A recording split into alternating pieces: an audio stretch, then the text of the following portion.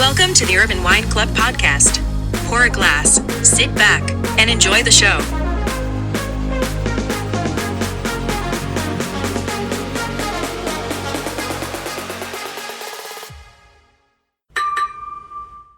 Hey everyone, welcome to the Urban Wine Club podcast. On today's episode, we have with us Rhonda Kallman. Rhonda's a co-founder of the Boston Beer Company and founder of Boston Harbor Distillery. We sat in the barrel room of the Boston Harbor Distillery for this episode, and you'll hear all the great, authentic sounds of a working distillery in progress. So sit back, grab a glass, and enjoy. But welcome, Rhonda. Thank you. Thank you for taking the time to come here and spend some time with us and our listening audience. Oh, great. Well, thank you for selecting me. Of course. And where are we right now? So we actually are at the magnificent distillery that Rhonda has created. Yep, Boston Harbor Distillery, right here in the southernmost waterfront of Boston Harbor. Very cool, very cool. Yeah. And not only are we at the distillery, but we're actually in the cellar. Or in the barrel room. Barrel room. Or the rick house, or the rack house, or... I've never seen so many barrels in my life. Yeah, they're all full. Wow. Except for that one. So for all you listeners, just know that we're going to have also video where you could check it out on the website. So we'll talk about some stuff that you could visually see with the video. Yeah. So Rhonda and I probably know each other for about 15 years. And, That long, wow. Yeah, but Rhonda has history that goes beyond the 15 years that we've known each other. We just, came across each other when Rhonda had a really cool, awesome project with a beer that you had launched back in 2003, I think, or 2001. I launched it actually on the eve of 9/11 in Oh my God. 2001. Whoa, Yeah, wow. Time, right. huh? So it's a very memorable time for me. I can imagine. But besides that, just tell us a little bit about who Rhonda is. Oh, well, thanks. Well, I'm a mother of three. God bless you. Married for 25 years to God the bless you. same Wow. guy. That's so great. And You don't hear that's too often these days. No, well, no. You beat the national average by like 5 times. That's good. I try to keep doing that with everything. But Excellent. honestly, my first love, I love everything about alcohol. I I can see why. Since I was a young girl, my first sip of my father's whiskey and ginger just set me on this decades-old love affair of alcohol, and I love everything about it. Like, I love the flavors, I love the ingredients, I love how it's made, I love the conviviality about it. Sure. I just really enjoy it, everything about it. So that's been my journey in my professional career. Is really I started in the beer business in 1984. Oh. I was lucky enough to be in the right place at the right time. Absolutely. And Jim Cook, who is the founder of Boston Beer Company, makers of Samuel Adams, Yes. Boston Lager, Oh. asked me to help him start a beer company. So can I ask, being Sure, a woman... you can ask anything. Being a woman, was that like a more difficult, like that thing that you did? I mean, it sounds to me like beer is such a, like, man's game. Well, ironically, the alcoholic beverage industry, particularly back in the 80s, there weren't any women unless they were born into a family that were brewers or winemakers or distillers. There just weren't. And so people ask me that all the time. What's it like to Right, be that's a pretty woman impressive. in a man's business? And I said, well, I don't really know what it's like to be a man, Good answer. but I can tell you I like it. Yeah. Though it But did is- you feel like you it is had more hurdles than, like, a guy would? Definitely. Yeah. Totally. That was part of what helped stand out. That was the real magic of Sam Adams beer. Everything we did was different and new and innovative. Right. And it was a first. And that was just, you peel back the onion and it was all there. Yeah. And I was part of it. Jim Cook is the 6th consecutive oldest son to be a brewer in his family. Oh. And he had 3 Harvard degrees and was a management consultant, and I was his secretary. But I was moonlighting as a bartender and a waitress. I started bartending and waitressing at 15 in Peabody, Fotis. Yeah. Oh, Yeah. wow. In Peabody Square, there used to be called the Heifer Pub. And that was my first job at 15. Wow. Yeah. That's pretty cool. Yeah. Yeah. So you've always been in it. I've always One way or I love another. it. I just love it. It's so hard. Sometimes occasionally I'll wake up and go, what the hell have I done? I think we all say that. I think that's an entrepreneurial thing, right? Like, where you're like, why am I doing this? Yeah, but I'm in it. My But heart's in the it. payoff is, you're successful. Well, fast forward Business from those owner? times. I mean, you've evolved into this like flourishing flower that we. You're a flourishing What are flower. friends for? To Right. call you a flourishing flower. Right? That, If you can even say it after the whiskey that we've had. that you've done some really innovative, cool things, in my opinion, being in the industry, that I have to tip my hat off to you for, the courage and the risks that you've taken in this Yeah. industry, because it's so competitive. There's so much that's out there that, it's fascinating. And, I always think, like, what goes into the mind of someone like Rhonda that, gets you up every morning and just Yeah. pushes forward. I mean, we know how hard it is. So Yeah. it's really impressive. Thank you. And you know what? It's really hard. And not that I run headfirst into these things without having an idea, but I will tell you, I didn't expect it to be as hard as it is. I guess I never do. Yeah. And the old expression, it takes twice as long and it costs twice as much. Well, in the whiskey business, it takes 4 times as long and it costs 4 times as much. boy. I can Because imagine. nothing happens fast Yeah. in the whiskey business, and you really have to have a long vision.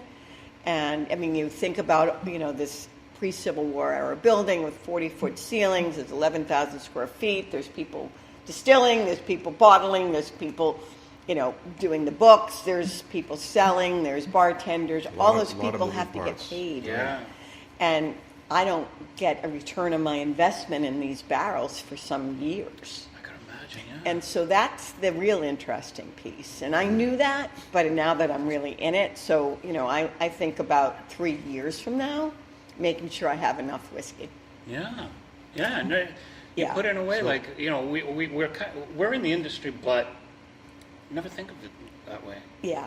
And it's, at this point, I'm basically halfway to my, I think it takes 10 years. How long have you had So I Boston started Harbor the Distillery? company in 2012, Boston okay. Harbor So it's pretty Distillery. new. It's relatively new. Yeah.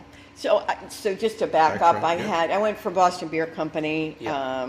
I was executive vice president when I left the company. We had gone public. I spent 15 years helping Jim Cook make Sam Adams a household name. Yeah. Building one of the most highly regarded and admired sales organizations in the alcoholic beverage industry, which isn't that easy to do. 'Cause, That's not- Just thinking about it is like, and wow. and that was really remarkable. I mean, it was just an amazing 15 years. But when we did go public finally, I just found myself in settings where I wasn't exactly excited to get out of bed every day. I was in the board of directors, the executive committee, the management committee, all these committees, all these meetings. And I was getting further and further away from what I love, Yeah. which is that whole environment of being in a bar, Yeah. being with people like Experiences, yourselves. yeah. I mean, that's how we got, Bodie, you and I got to be such good friends, because we really genuinely are passionate Yeah.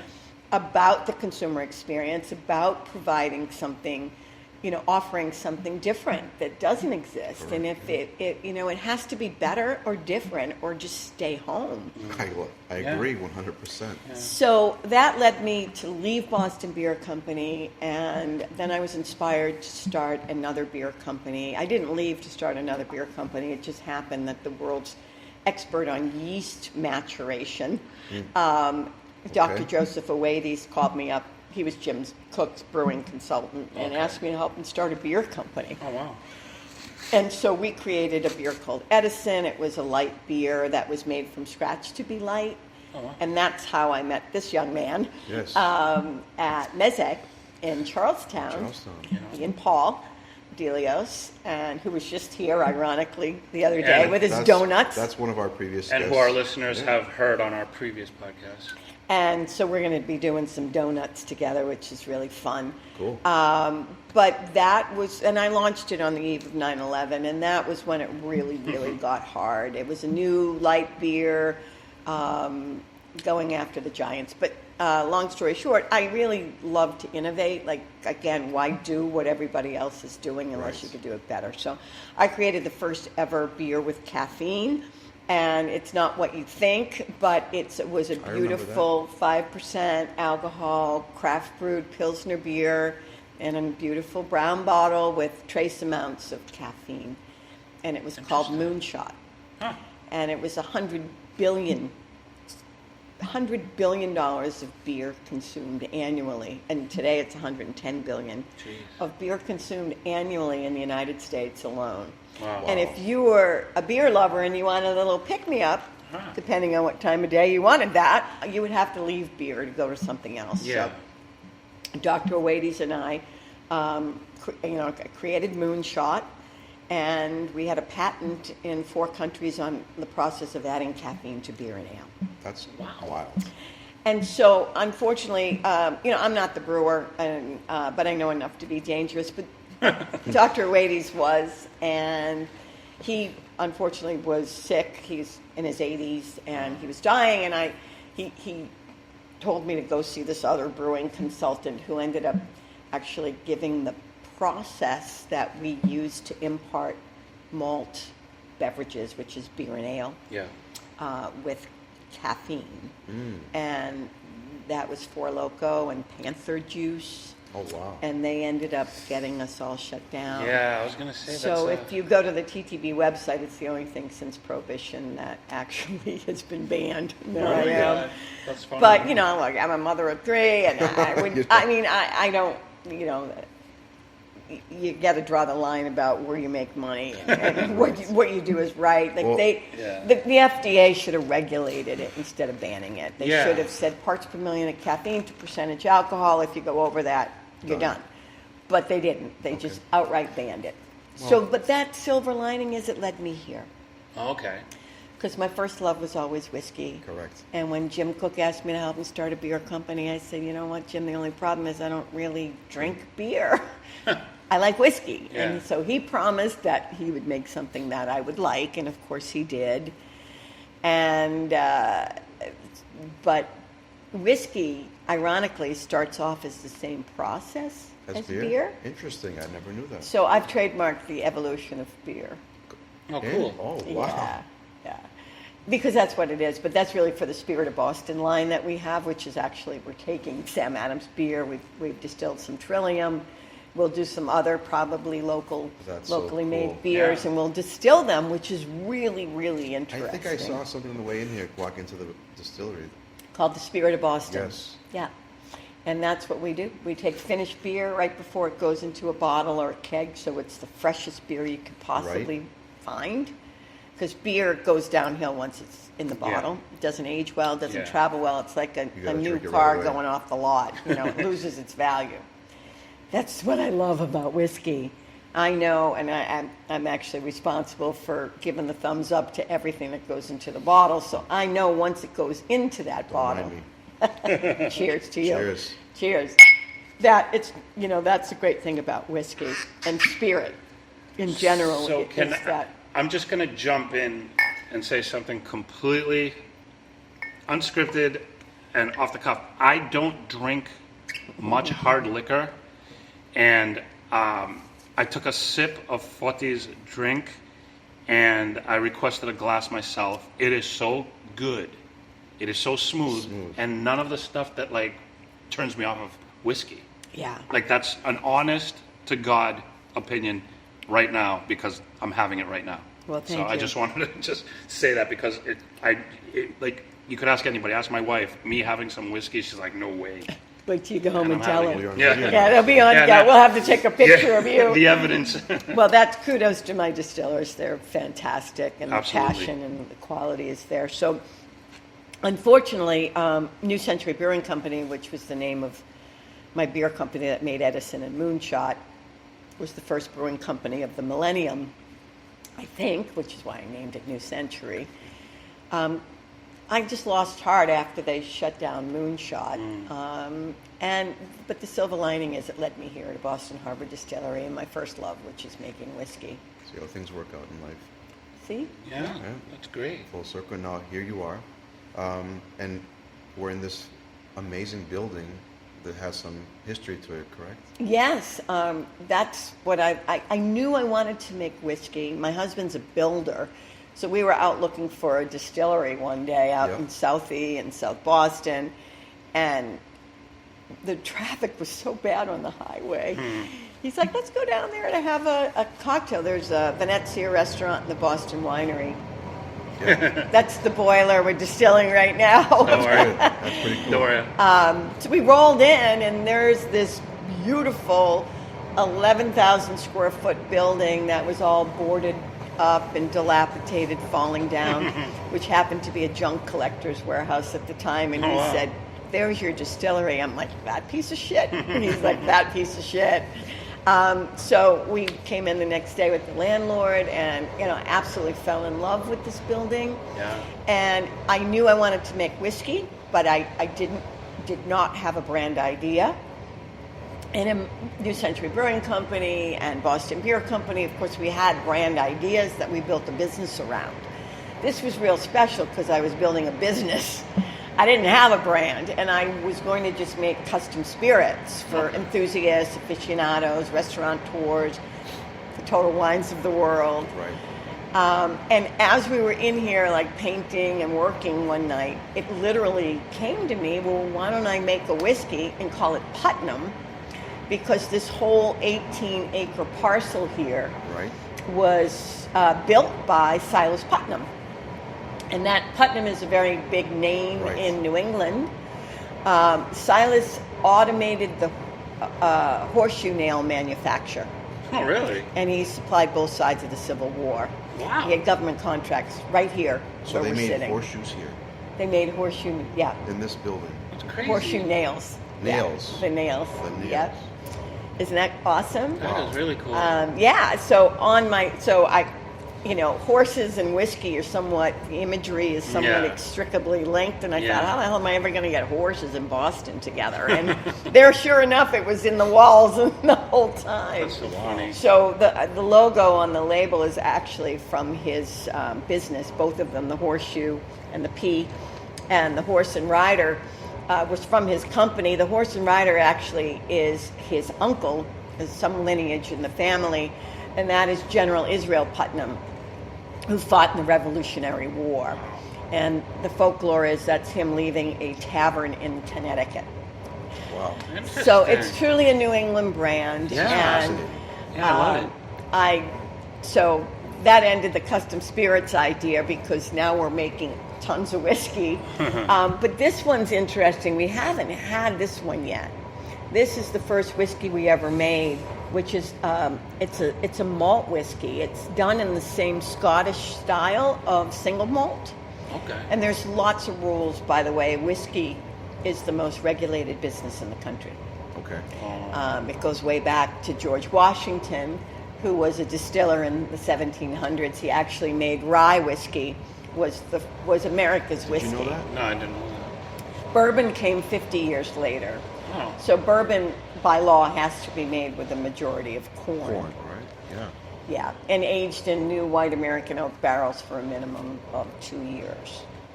And so why new barrels? I don't know. Maybe it was a bailout for the cooper industry pre-prohibition. But today, Scotland actually buys used bourbon barrels from America, and they use that for their own whiskey. So speaking of barrels, because we're surrounded by all these gorgeous looking barrels that look just expensive. But what kind of barrels are you using, Rhonda? We are using we have 4 different cooperages that we work with. 2 in Missouri, 1 in Minnesota, and 1 in South Carolina. And our barrels are all toasted first, which is like a seasoning. Yep. They're laid out in the elements wherever they're made for a minimum of 18 months. And then we do depending on what we're making, but for the most part, we're doing a heavy char. So you can choose 1, 2, 3, 4, maybe even 5. We do you could see the black rim. Right. And that is a heavy alligator char, so that when the new make goes in, it comes off the still by law.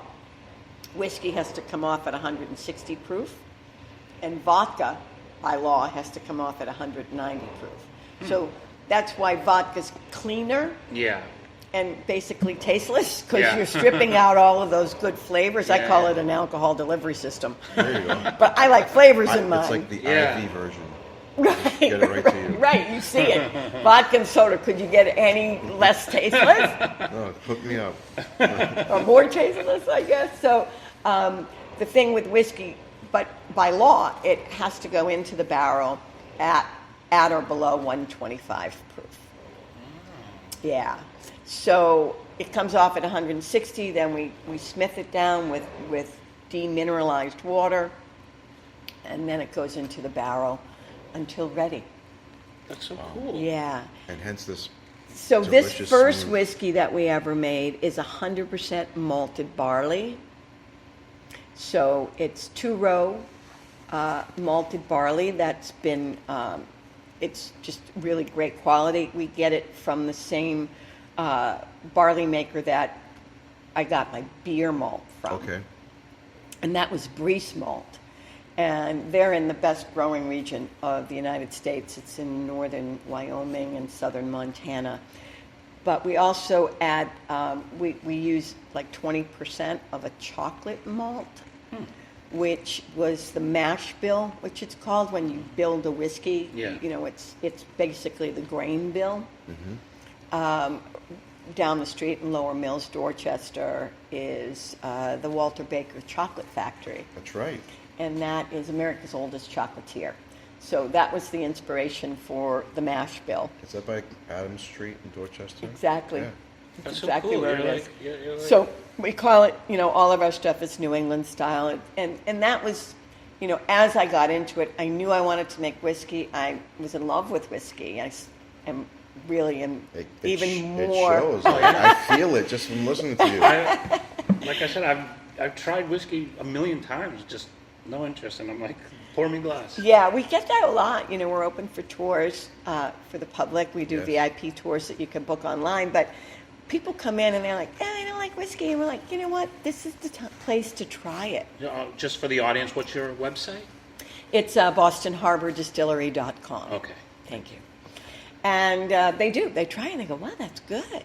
Because they haven't had whiskey like this. I mean, honestly, it really, really is. And that silky smoothness is really our Yeah. trademark.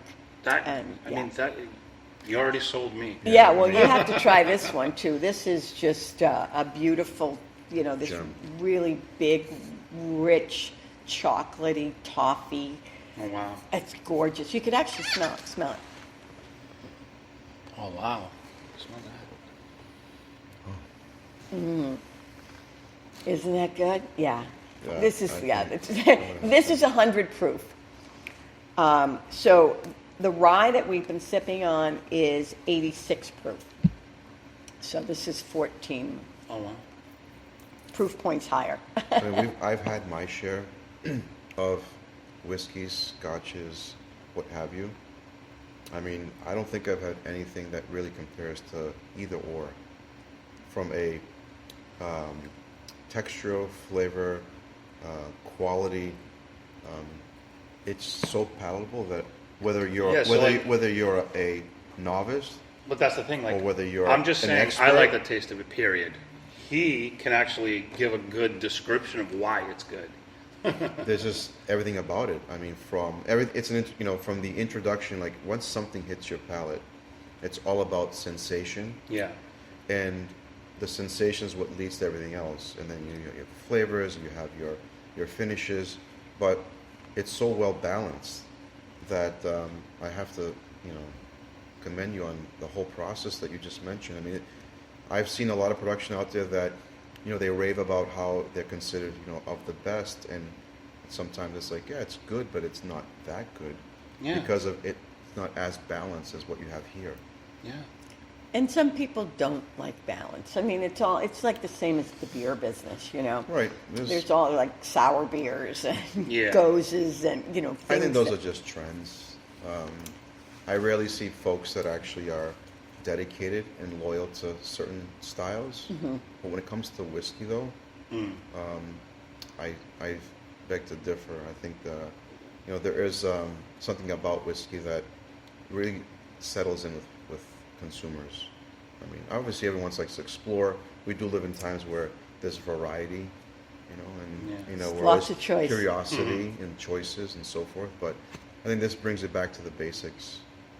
Very well made. And Thank you. I mean, and for me, given that I was lucky enough to be the co-founder of Samuel Adams, Boston Beer I Company. can't believe that we're here with Ron. Oh yeah, oh please. I swear to God. You've been here. We've had plenty of good times together. But when we started that in 1984, it was a very bland, pale landscape, and American beer was a joke. Yeah. Particularly all the servicemen coming back from Germany and Europe and Belgium. Oh, yeah. Is it safe to say that was actually the point in the beer industry where the term microbrewery was kind of the thing? Well, actually, as these trends happen, they do start San Francisco north. All right. And they were microbreweries out there. But when we started Boston Beer Company, we were really the first ones on the East Coast. Right. No. And I'll be honest, wasn't until it was like 3 years in, like 88, 89, I was selling Sam Adams to Candlestick Park in San Francisco, and they're like, you can't call yourself a micro because you're here 3,000 miles away. So I went back to Jim. I said, we got a problem here, Houston. And he literally, I'm almost positive, like I was there for it, that he was the guy that literally coined the phrase craft beer. Craft. That's crazy. Because I always It's I crazy, man. always question the term, like the difference between why micro and why craft. Like, what would be the difference, and why did we kind of interchange the term? There you have it. There we go. Wow. See, So only what- on this podcast. What can we see in the future? Well, that's why I made this single malt. And in some ways, I called it a single malt, but that is really, in America, again, the most regulated business in the country is whiskey. In America, the TTB, the federal government, doesn't recognize single malt as a category. Oh, interesting. Only for Scotch and Irish whiskey. And Interesting. Irish whiskey and Scotch whiskey have to be made there. A lot of people walk in the door, oh, you guys make Scotch? No, we would have to be in Scotland for that. But in fact, we're in Boston, and that was exactly the reason why, for me, this malt whiskey is proof that Americans can make great whiskey. You see, it's an ingredient story, just like craft beer is. And all of those pale pilsners that Sam Adams really went head on against, if you will, just here's whole grains and here's the corn-based beers. Right. Bourbon is corn, Yes. Yeah. right? And I'm using whole grains here. I'm not making bourbon here because I was sort of anti-corn for 30 years in the beer business. So this is really proof that Americans can make great malt whiskey as well. Very cool. And you are the pioneer of it. No. No? There's a small coalition of us out there. Again, most of it started in the Northwest. So there's some major brands up there that have already, they've attracted some strategic partners like Remy Martin. And it's a big business, the whiskey business. I mean, I thought beer, I understood that. I knew the Bushes, I knew the revolving door of presidents at Miller, and I know Pete Coors. Like, I knew these guys, and they're really smart, and they're really well-funded. But honestly, they don't hold a candle to the guys that are in the liquor business. Okay. The Diageos, the Pernod Ricard. I mean, these are Remy Martin, Louis Vuitton, Moet Hennessy. The best marketers in the world, 200-year-old legacy companies, they know what the hell they're doing. This is a hard business. So, with Sam Adams, you could actually see that it was different than a Budweiser. Correct. You could see the difference, you could smell the difference, you could taste the difference. difference. This you can't really see. And somebody's got to spend $40 or $80 a bottle to taste it, to taste that difference. So it's really, truly about brand building. Yeah. More than I've ever seen. Because we have to give people a reason to believe. But I'm born and raised here. I've always lived within 20 miles of here. My husband's mother, my mother, they're from Dorchester. That's where we are. Badass. But I just saw a white space for whiskey making in Boston and really in New England, and I don't see why we can't enjoy that same, Yeah. terroir as. You're like a Boston treasure. Oh, thank you. So we got to tell And our this listeners. is too. Yeah, This Boston Harbor abs- Distillery is quintessentially Boston. Absolutely it is. So we need to let our listening audience know that now that they've got to listen to Rhonda and how fascinating, how great she is. Where it's found locally in a lot of retailers. They can come to the distillery if they want to kind of pay a visit and buy some. They could do a tour. They can do a right? tour. Oh, yeah. Yep. But I definitely highly recommend to all of our listeners, for those that enjoy whiskey or for those that are kind of like intrigued, if you're going to spend the money to try, spend it with Putnam and Boston Harbor Distillery as your entry to the whiskey world. Thank you. 100% my recommendation. And whiskey, people are a little afraid of it. I was about 2 hours ago when I walked in here. Right. So here's the great thing about, unlike beer, which for the most part needs to be cold, so schlepping around a cooler full of beer and ice all the time was a real pain in the butt. But what I love about this too is it doesn't, you could buy a bottle and it's not going to go bad on you. Two is you can drink it any way you want. You can have it neat. You can put a little eyedropper of water, which has a tendency to open up the whiskey and lets it. Water and whiskey and wood are really good friends. They work really well together. You could put it on ice. You could put it in a cocktail. Sometimes if I've had too much to drink, I might pour some water with just a little bit of whiskey, so then I have whiskey-flavored water. Lovely. I never thought of that. You do whatever you want. There's no right way to drink it. What's your standard go-to way to drink? What does Rhonda like to drink? Well, we're here at the distillery, it's work, but we will constantly be tasting these barrels because they change and we have to know. So you like to drink from the barrel? So, that's cask strength. So that's somewhere between 100, usually, like 115 and 125 proof. Sometimes the proof goes up to 128, depending on what goes on. Each of these little barrels are really a treasure of their own. They're no two alike. The DNA of the barrels are all different. And That's interesting. That's really cool. we just bottled on Friday last week a single barrel rye that came out at 122 proof, but it was just from one barrel. Okay. And so normally for the rye that we were drinking, we'll blend 6 or 8 barrels together and we try to get our signature smoothness. But that one barrel was just so good. Oh, wow. We didn't want to infect it with anything Yeah. else. The variation I didn't know. of every barrel. So that's when you hear about single barrel or cask strength. So if the bottle says 86 proof, we have to then proof it down with the same demineralized water that we use to smith down the barrel to go from 160 to 125 or below. If the bottle says 86, again, very highly regulated, we better make sure It's that when we 86. bottle it, it's 86. I see. There's Anton Parts, an expensive little machine Oh, that it's measures chemistry. that. Yeah, It is. It's really the. So you're a chemist. I am not. I'm sounds just, like it. I have a very good You speak palate. it well? I've got a good Well, nose. it might be the you really button taste talking. with your nose, though. You really taste with your nose. Like you smell something, I can, yeah.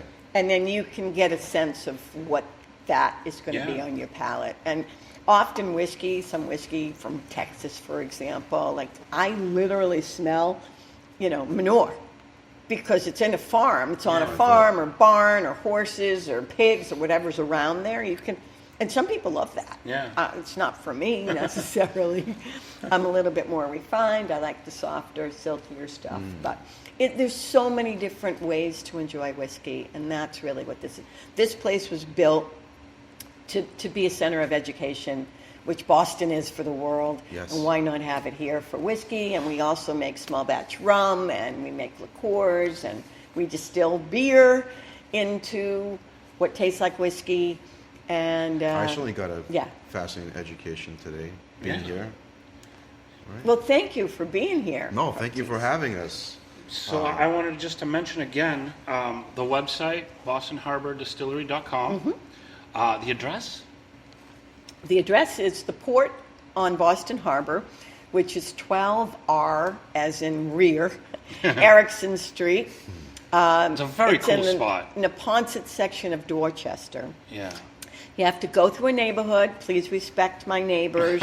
Go slow, and you'll find us. Just follow the water. Just go to the water, and there we'll be. And Just then don't go into the water.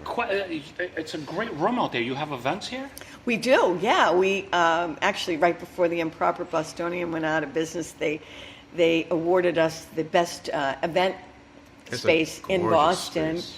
Wow. Yeah, and It is a gorgeous space. well, thank you. Yeah, it's we have 140 people max, but we also our cocktail bar is open on Fridays, Saturdays, and Sundays, and we Cool. do tours.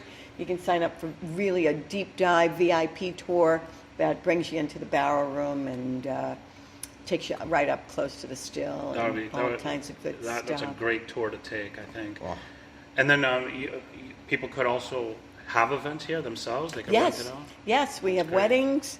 Oh, wow. We have all kinds of celebrations, corporate events, networking events. Some We've had a future couple of Urban Wine Club events, we maybe? have Ari's 50th yeah, as long birthday as party. they're with whiskey and not Yeah. wine. We've been through that. That's okay. Whiskey it is. Wine outside. There you go. Kick to the curb. There you go. It's called Urban Wine Club, but it's going to be Yeah, you know, That W A can different go type of, both ways. absolutely. But you know what? We're not just Oh my about wine. gosh. You have to try this. We have a Putnam Rye Yeah. barrel that's finished in Boston Winery is my neighbor, Yeah. my landlord Ah. actually, in their Cab Franc barrels. And we're going to have to try that. It's Absolutely. so delicious because that red wine just gives it another layer of complexity. Oh, that sounds It so picks Yeah, up a that little rubbiness. Yeah, we can do Delicious. this together. Oh wow. Yeah, we could do that together. I think we should have our own barrel here. Yeah. Yes. Yeah. And, you know, all of your members can come and sign it, and they can come back and visit it every Oh, 6 yeah. months and see how it changes. Oh, we got a lot of planning to do, I think. Definitely. So Lot that means of- that lot means of fun. that means our audience has to stay tuned. To, we keep updating on all these cool things that we're doing. Yeah. Awesome. Well, cheers, guys. Well, thank Cheers. you so Here's much. to you. Thank Rhonda, you. thank you so much. Thank This you. has been a Starting the delightful. Urban Wine and Whiskey Club. Yes, there you go. It was so nice to taste everything. It was so nice to learn everything. It was fascinating to learn about you, and a pleasure for us to be in this amazing spot. Which everybody, we really suggest you guys get down here for a tour or for their just to hang out. Hang out and meet Rhonda. Or if you need if you're having an event, come and check it out. Yeah. It's a truly great historic spot. Thank you so much. You're very welcome. Thank you, Thank you. guys, and best of luck.